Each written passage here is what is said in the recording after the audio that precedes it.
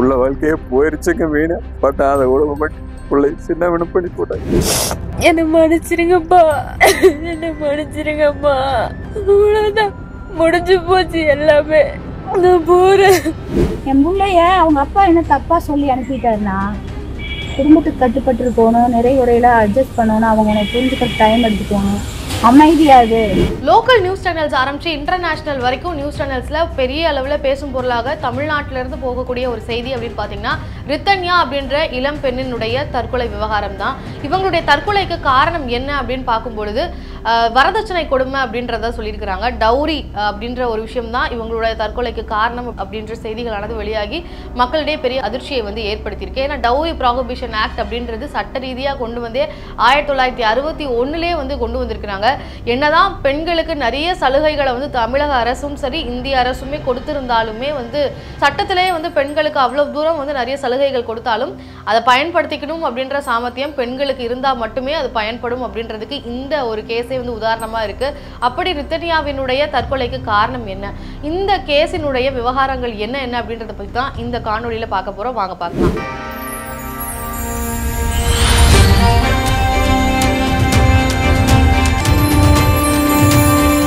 ரித்தன்யா அப்படின்ற இந்த இளம் பெண்ணினுடைய தற்கொலை விவகாரம் ஏன் இவ்வளோ பெருசா மாறி இருக்கு அப்படின்றதுக்கான ஒரு முக்கியத்துவம் பார்த்தீங்கன்னா, ரித்தன்யாவுக்கு தற்போது 27 வயது. இவங்களுக்கு திருமணமாகி வெறும் 3 மாசங்கள் தான் ஆகுது. அதாவது 78 நாட்கள் தான் ஆகுது. வெறும் 78 நாட்கள்ல தற்கொலை மனப்பான்மை எதுக்காக வந்திருக்கணும், இல்ல அதை தற்கொலை செஞ்சுக்கிற அளவுக்கு அப்படி என்ன கஷ்டம் நடந்திருக்கும் அப்படின்னு பார்க்கும்போது அவங்களுடைய உருக்கமான அந்த வாய்ஸ் நோட், அவங்களுடைய சொந்த அப்பாவுக்கே வந்து அந்த வாய்ஸ் நோட்ஸ் அனுப்பிட்டு தான் அவங்க இந்த தற்கொலை வந்து செஞ்சிருக்கிறாங்க. இது அந்த வாய்ஸ் நோட்ஸ் வந்து கேட்கும்போது யாருக்கா இருந்தாலும் இவ்வளவு தூரம் வந்து காயப்படுத்தியிருப்பாங்களா, இவ்வளவு தூரம் அவங்க வந்து மனம் நொந்து போயிருக்கிறாங்களா அப்படின்ற மாதிரியான ஒரு கரிசனம் வந்து எல்லாருக்கும் தோன்ற அளவுக்கு தான் அந்த வாய்ஸ் நோட்ஸ் இருக்கு அப்படின்னு தான் சொல்லணும். ஆனாலுமே படித்த பெண்கள் கிட்டையுமே இது பத்தின ஒரு விழிப்புணர்வு இருக்கா அப்படின்ற ஒரு கேள்வியை தான் இவங்களுடைய மரணம் எழுப்பியிருக்கு. ஏன்னா பெண்களுக்கு சாதகமாக அத்தனை சட்டங்கள் இருக்கு. அதாவது டவுரி ப்ராஹிபிஷன் ஆக்டா இருக்கட்டும், செக்ஷுவல் ஹராஸ்மெண்ட் கேசஸா இருக்கட்டும், இல்லைன்னா பாலியல் ரீதியான வன்கொடுமைகள், சொத்து பிரச்சனைகள், இப்படி பல விஷயங்களுக்கு வந்து பெண்களுக்கு சாதகமான பெண்களுக்கான சலுகைகள் அப்படின்னு சொல்லி பல விஷயங்கள் சட்ட ரீதியாகவே இருந்துட்டு தான் இருக்கு. ஆனா அதையெல்லாம் தெரிஞ்சுக்கிட்டு அதை சட்டத்தை வந்து நம்ம பயன்படுத்தணும்னு நினைச்சாதான் அந்த சட்டங்கள்லாம் பயன்படுமோ அப்படின்ற ஒரு விழிப்புணர்வு பெண்களுக்கு இல்லையோ அப்படின்றதான் இந்த ரித்தன்யாவினுடைய கேஸ் வந்து கேள்வியாக மாத்திருக்கு அப்படின்னு சொல்லலாம். ஏன்னா ரித்தன்யாவுக்கு தற்போது திருமணமாகி 78 நாட்கள். தன்னுடைய தந்தை அண்ணாதுரை அவர்கள் வந்து திருப்பூர்ல ஒரு பனியன் கம்பெனி வச்சிருக்கிறாரு. அவினாசி பகுதியில கைகாட்டி புத்தூர் அப்படின்ற அந்த இடத்துல தான் வந்து ஒரு பனியன் கம்பெனி வச்சு நடத்திட்டு வந்துட்டு இருக்கிறாரு. இவங்களுடைய திருமணத்துக்கு ரித்தன்யா மற்றும் கவின்குமாரினுடைய திருமணத்துக்கு வந்து 300 பவுன் வந்து கொடுத்திருக்கிறாங்க ரித்தன்யாவினுடைய குடும்பத்தினர். ஆனா கவின்குமாரினுடைய குடும்பத்தினுடைய டிமாண்டை பொறுத்த வரைக்கும் 500 பவுன் இருந்திருக்கு. ஆனா இவங்க 500 பவுன் வந்து கொடுக்கல. 500 பவுன் கொண்ட சம்பந்தங்கள்லாம் எங்களுக்கு வந்தது, ஆனா நாங்க உங்களை திருமணம் செஞ்சுக்கிட்டோம், உங்க வீட்டுல இருந்து நாங்க வந்து பெண் எடுத்திருக்கிறோம், நீங்க இந்த 200 பவுனை எப்போ தருவீங்க அப்படின்றது தான் இங்க கவின்குமாரினுடைய குடும்பத்தினுடைய பிரச்சனையாகவே இருந்திருக்கு. இதை அடுத்து ரித்தன்யாவினுடைய குடும்பத்தினர் 300 பவுன் பிளஸ் 75 லட்சம் மதிப்புள்ள ஒரு காரையும் வந்து திருமணத்துக்கு வரதட்சணையா கொடுத்திருக்கிறாங்க. இருந்தும் இந்த பேராசையின் விளைவாக ஒரு உயிர் பறி போயிருக்கு அப்படின்றது தான் இங்க வந்து வேதனைக்குள்ள ஒரு விஷயமா இருந்துட்டு இருக்கு. எந்த மாதிரியான ஒரு துன்புறுத்தலுக்கு ரித்தன்யா ஆளாகி இருக்காங்க அப்படின்னு பாத்தீங்கன்னா, மன ரீதியாக ஒட்டுமொத்த குடும்பமாக கவின்குமாரினுடைய தாய், கவின்குமாரினுடைய தந்தை, கவின்குமாரினுடைய தந்தை ஈஸ்வரமூர்த்தி, கவின்குமாரினுடைய தாயார் ரித்தன்யாவினுடைய மாமியார் சித்ரா தேவி, இவங்க 3 பேரும் சேர்ந்துதான் வரதட்சணை வந்து கேட்டு தினந்தோறும் ரித்தன்யாவை வந்து துன்புறுத்தி இருக்கிறாங்க அப்படின்றத ரித்தன்யாவே தான் வந்து சூசைட் பண்ணிக்கிறதுக்கு முன்னாடி ஒரு வாய்ஸ் நோட்டை வந்து தன்னுடைய தந்தைக்கு வந்து அனுப்பியிருக்கிறாங்க. இந்த விஷயம் சூசைட் பண்ணிக்கிறதுக்கு முன்னாடி தான் பெண்ணினுடைய வீட்டுக்கு தெரியுமா அப்படின்ற ஒரு கேள்வி இருக்கு. அது இல்ல. ரித்தன்யா பலமுறை அவங்களுடைய வீட்டுல வந்து சொல்லியிருக்கிறாங்க, எனக்கு இந்த மாதிரியான துன்புறுத்தல் அந்த வீட்டுல இருக்கு, என்னுடைய கல்யாண வாழ்க்கையில எனக்கு சந்தோஷம் இல்லை, அவங்க பலமுறை என்னை துன்புறுத்துறாங்க அப்படின்றத வந்து ரித்தன்யா தன்னுடைய தாய் மற்றும் தந்தை கிட்ட சொல்லி இருந்திருக்கிறாங்க. இருந்தும் அவங்க சமாதானப்படுத்த தான் வந்து முயற்சி செஞ்சிருக்கிறாங்க அப்படின்றத இந்த ஒரு கேஸ்ல வெளிப்படையாவே தெரிகிற ஒரு விஷயமா இருக்கு. ஏன்னா ரித்தன்யாவினுடைய தாய் வந்து இப்போ அவங்க உயிரிழந்து அவங்களுடைய உடலை வாங்கின பிறகு பிறகு பல விதமான விஷயங்களை வந்து பேட்டியில வந்து சொல்றாங்க. ஒரு பெண் வந்து அதாவது ரித்தன்யாவை பொறுத்த வரைக்கும் அந்த வீட்டுக்கு ஏத்த மாதிரி இருக்கணும், ஒரே பிள்ளையா இருக்கிறாங்க, நீ அதுக்கேற்ற மாதிரி நடந்துக்கணும், வீட்டு விஷயங்களை வெளியில தெரியாம நீ வந்து வாழணும் அப்படின்ற மாதிரி நிறைய அறிவுரைகளை சொல்லி தான் என்னுடைய பிள்ளையை வளர்த்தேன். என்னுடைய பிள்ளை எந்த வகையிலுமே வந்து கஷ்டத்தை வந்து விளைவிச்சிடக்கூடாதுன்றதை வந்து நான் வந்து அவளுக்கு சொல்லி கொடுத்து தான் அனுப்புனேன் அப்படின்றத குறிப்பிட்டிருக்காங்க. இந்த ஒரு விஷயங்கள் எல்லாமே அட்ஜஸ்ட் பண்ணி வாழணும் அப்படின்ட்டு சொல்லி கொடுத்ததுனாலேயே வந்து அவங்களால மனம் திறந்து அவங்களோட தாய் தந்தைகிட்டே வந்து வெளிப்படையா சொல்ல முடியாததான் இப்போ அவங்களோட தற்கொலைக்கு காரணமோ அப்படின்ற ஒரு கேள்வியும் வந்து எழுப்புது. ஏன்னா அவங்களுடைய வாய்ஸ் நோட்ல வந்து குறிப்பிட்டதே வந்து நான் உங்களுக்கு பாரமா இருக்கவும் விரும்பல, என்னால் அந்த என்னோட கல்யாண வாழ்க்கையில எனக்கு சந்தோஷம் இல்லை, என்னுடைய கல்யாண வாழ்க்கையை தொடரவும் எனக்கு விருப்பம் இல்லை, அதே நேரத்தில் அப்பா உங்களுக்கு என் பாரமா இருக்கவும் எனக்கு விருப்பம் இல்லை அப்படின்றத வந்து குறிப்பிடுறாங்க. இந்த ரித்தன்யாவோட கேஸை பொறுத்த வரைக்கும் பேரண்ட்ஸ் கிட்டையுமே அவங்களால ஃப்ரீயா பேசக்கூடிய ஒரு சூழலை வந்து அவங்களுடைய பெற்றோர்கள் ஏற்படுத்தி தரலையோ அப்படின்ற ஒரு கேள்வியும் இருக்கு. இதை தாண்டி பல விஷயங்களை வந்து ரித்தன்யா தன்னுடைய வாய்ஸ் நோட்ல வந்து குறிப்பிட்டிருக்கிறாங்க. அதாவது கவின்குமார் ரித்தன்யாவினுடைய கணவர் பலமுறை ரித்தன்யாவை பாலியல் ரீதியா துன்புறுத்தியதாகவும் வந்து அவங்களுடைய வாய்ஸ் நோட்ல வந்து குறிப்பிட்டிருக்கிறாங்க. இதை தன்னுடைய தாய்கிட்டையுமே சொல்லியிருந்துக்கிறாங்கன்றதையும் பதிவு பண்ணியிருக்கிறாங்க. ஸோ இப்படி இருக்கிற சூழல்ல இதை ஏன் வந்து அவங்க ரெக்டிஃபை பண்ணல, இதை கரெக்ட் பண்ணாம எதனால ரித்தன்யாவை அப்படியே விட்டாங்க அப்படின்ற ஒரு கேள்வி இருக்கு. அதே நேரத்துல ரித்தன்யாவினுடைய வீட்டார் கவின்குமாரினுடைய வீட்டில இருந்து எல்லாருமே கூப்பிட்டு சமாதானப்படுத்தி அனுப்பிய பிறகுமே அவங்களுடைய பேராசையின் விளைவாக திருப்பி திருப்பி துன்புறுத்தினதுல ரித்தன்யாவுக்கு தனக்கு என்ன செய்வதென்று தெரியாம இந்த முடிவை எடுத்திருக்கிறாங்க அப்படின்றது வெளிப்படையாகவே தெரியுது. இருந்தாலும் காவல்துறையினர் இந்த வழக்கை பொறுத்த வரைக்கும் விசாரணை மேற்கொண்டுட்டு இருக்கிறாங்க.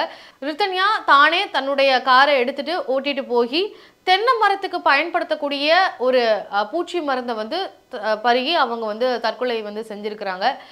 நீண்ட நேரமா ரித்தன்யாவை காணாம ரித்தன்யாவினுடைய வீட்டு பெற்றோர்கள் மற்றும் அவருடைய கணவர் எல்லாருமே வந்து தேடி இருக்கிறாங்க. தேடி கடைசியில அவினாசி மருத்துவமனையில சிகிச்சைக்கு காவல்துறையினர் வந்து கூட்டிட்டு போய் பார்க்கும்பொழுது இறந்து விட்டதாக செய்திகளானது வெளியாகி தற்போது அவங்களுடைய உடல் வந்து பிரேத பரிசோதனைக்கெல்லாம் போய் இப்போ தன்னுடைய குடும்பத்தினர்கிட்ட வந்து அவங்களுடைய உடல் வந்து போய் சேர்ந்திருக்கு. இருந்தாலும் இந்த விஷயங்கள் எல்லாம் கேட்கும் பொழுது அரசாங்கத்துல இருந்து பலவிதமான சலுகைகள் வந்து கொடுக்கப்படுது. படிப்பதற்கு அவ்வளவு சலுகைகள் தராங்க. ஒரு பெண் பிள்ளைகள் படிக்கணும், பெண் பிள்ளைகளுக்கும் சொத்துல உரிமை இருக்கு, அந்த சொத்து வந்து பெண் பிள்ளைகள் பேர்ல பதியணும்னு சொல்லி கூட அவங்களுக்கான சில சலுகைகளும் வந்து ஒதுக்குறாங்க. பாலியல் ரீதியான பிரச்சனைகள் வந்தாலும் அதை எப்படி அணுகணும், ஏதாவது பாதுகாப்பு ரீதியான பிரச்சனைகள் வந்தாலும் அதுக்காகவும் நிறைய சலுகைகளானது கவர்மெண்ட் கிட்ட இருந்து கொடுக்கப்படுது. பாதுகாப்பு ஆனா இல்லை அப்படின்றது அது உளவியல் ரீதியான ஒரு பிரச்சனையாக இருந்தாலும் நிறைய சலுகைகள் சட்ட ரீதியாகவே பெண்களுக்கு வரும்போது இவ்வளவு இந்த வரதட்சணை ரீதியாகவும் சரி படிப்பு ரீதியாக இப்படி எல்லா இடத்துலையுமே பெண்களுக்கான உரிமையை சட்ட ரீதியாக இருக்கும் போதும் படித்த பெண்களும் அவங்களுடைய உரிமையை வந்து பெற்றுக்கொள்வதற்கு ஏன் தயங்குறாங்க அப்படின்ற ஒரு கேள்வி இருக்கு. இதுக்கு காரணம் குடும்ப சூழலோ அப்படின்ற ஒரு பார்வையும் இங்க உளவியல் ரீதியாக முன்வைக்கப்படுது. ரித்தன்யாவினுடைய வழக்கு பரபரப்பா போயிட்டு இருக்கக்கூடிய அதே சூழல்ல இன்னொரு பெண் 1 பவுன் கொடுக்க முடியாத காரணத்தினால உயிரிழந்திருக்கிறாங்க அப்படின்ற ஒரு செய்தியும் வந்து வெளியாகி ஒரே நேரங்கள்ல வரதட்சணை கொடுமையினால 2 உயிர்கள் வந்து பலி போயிருக்கு அப்படின்ற ஒரு செய்தியானது பெரிய வருத்தத்தை தான் ஏற்படுத்துது.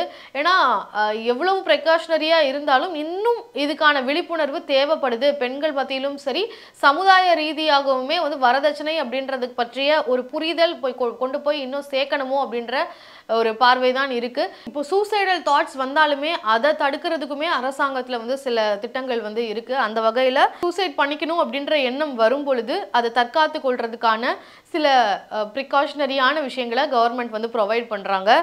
அந்த வகையில் சூசைடல் தாட்ஸ் வரும்போது வாழ்வதற்கான நம்பிக்கையை மீண்டும் கொடுக்குற வகையில் 104 அப்படின்ற அந்த எண்ணுக்கு டயல் பண்ணி உங்களுடைய பிரச்சனைகளை சொல்லி உங்களுக்கான ஒரு சொல்யூஷனையோ இல்லை உங்களுக்கான ஆறுதல் தர விஷயங்களை வந்து சொல்கிற வகையில் ஒரு கவுன்சிலிங் தர மாதிரியான ஒரு சேவையுமே வந்து தமிழக அரசு வந்து கொடுத்துருக்குறாங்க. இதையடுத்து ஸ்னேகா தொண்டு நிறுவனத்தை அணுகி உங்களுடைய பிரச்சனைகளை சொல்லி சூசைடல் தாட்ஸ்லேருந்து எப்படி தங்களை காப்பாற்றிக்கணும் அப்படின்றதுக்கான ஒரு இதுவாகவும் இதை ஸ்னேகா தொண்டு நிறுவனம் வந்து செஞ்சுட்டு இருக்காங்க. ஸோ உங்களுக்கு அந்த மாதிரியான தாட்ஸ் இருந்தாலும் நீங்கள் அவங்கள போய் அணுகலாம். ஏன்னா சூசைட் அப்படின்றது ஒரு விஷயத்துக்கான சொல்யூஷனாக இருக்காது அப்படின்றது கண்டிப்பாக எல்லாருக்கும் தெரிஞ்ச ஒரு விஷயம்தான். ஆனாலுமே இன்னும் எந்த ஒரு பிரச்சனைக்கும் தீர்வு அப்படின்றது கண்டிப்பாக இருக்கும். ஸோ சூசைட் அப்படின்றத யோசிக்கணுன்ற அவசியம் வராத அளவுக்கு நம்மளுடைய மைண்டை நம்ம ப்ரிப்பேர்டாக வச்சுக்கணும் அப்படின்றதான் நான் சொல்வேன். ஸோ பெண்களை பொறுத்த வரைக்கும் அவங்களுடைய பிரச்சனையை ஃபேஸ் பண்ணுறதுக்கான சக்தி அவங்க உருவாக்கிக்கணும், அவங்க மனோரீதியாக அதுக்கு தயாராகணுன்றது ஒரு பக்கம் இருந்தாலும் பெற்றோர்கள் தங்களுடைய பிள்ளைகளை வந்து அவங்களுடைய வாழ்க்கையில் வரக்கூடிய பிரச்சனைகளையோ இல்லை அவங்க வாழ்க்கையில் எந்த மாதிரியான பிரச்சனைகள், கல்யாண வாழ்க்கையில் பிரச்சனையாக இருக்கட்டும், படிப்பில் பிரச்சனையாக இருக்கட்டும், இல்லை சமுதாய ரீதியான பிரச்சனைகள் எல்லாத்தையுமே அவங்க ஃபேஸ் பண்ணுறதுக்கான ஒரு மன தைரியத்தை சிறு வயதுல இருந்தே அவங்களுக்கு கொடுக்கணும் அப்படின்றது தான் வந்து பேரண்ட்ஸ் கிட்ட வந்து சொல்லக்கூடிய ஒரு விஷயமா இருக்கு. அவங்களுக்கு என்னென்ன பிரச்சனைகள் இருக்கு அப்படின்றத சொல்றதுக்கான ஒரு ஸ்பேஸையுமே பேரண்ட்ஸ் கிரியேட் பண்ணணும். ஏன்னா அந்த ஒரு விஷயம் வந்து இன்னும் நம்ம சொசைட்டில லேக் ஆகுதோ அப்படின்ற ஒரு கேள்வியும் இருக்கு. ஸோ ரித்தன்யாவுடைய பிரச்சனையை பொறுத்த வரைக்கும் டவுரி அப்படின்றது எந்த அளவுக்கு ஒரு மோசமான கீழ்த்தரமான செயல் அப்படின்றது தெரிஞ்சும் எவ்வளவோ சொசைட்டில எவ்வளவோ பேர் இதை பத்தி பேசியும் இன்னும் திருந்தாத பல பேர் இருக்காங்க அப்படின்றது தான் நம்ம இதுல வெளிப்படையா தெரியுது. ரித்தன்யாவுடைய கேஸை பொறுத்த வரைக்கும் இந்த சொசைட்டில எத்தனையோ பேர் வரதட்சணையை பற்றி எவ்வளவோ பேர் அது எவ்வளோ பெரிய கீழ்த்தனமான விஷயம், அது ஏன் பண்ணக்கூடாது, அது எந்த மாதிரியான விளைவுகளை ஏற்படுத்துது அப்படின்னு சொல்லி எவ்வளவோ விழிப்புணர்வுகளை ஏற்படுத்தியும் இன்னும் அதை பத்தின ஒரு புரிதல் இல்லாத, அதை வந்து ஏத்துக்காத மனநிலையில இருக்கிறவங்க பல பேர் இருக்கிறாங்கன்றது ரித்தன்யா கேஸே வந்து சாட்சி. ரித்தன்யாவோட கேஸை முன் வச்சாச்சும் இன்னும் டவுரி வாங்கணும், வரதட்சணை வாங்கணுன்ற எண்ணத்துல இருக்கிறவங்க இதுக்கப்புறமாச்சும் ஸ்டாப் பண்ணிக்கோங்க அப்படின்ற ஒரு வேண்டுகோளை தான் வைக்கிறோம். ஸோ இத மாதிரியான செய்திகளை தொடர்ந்து தெரிந்து கொள்வதற்கு நம்மளுடைய சேனலை பாருங்க. நன்றி.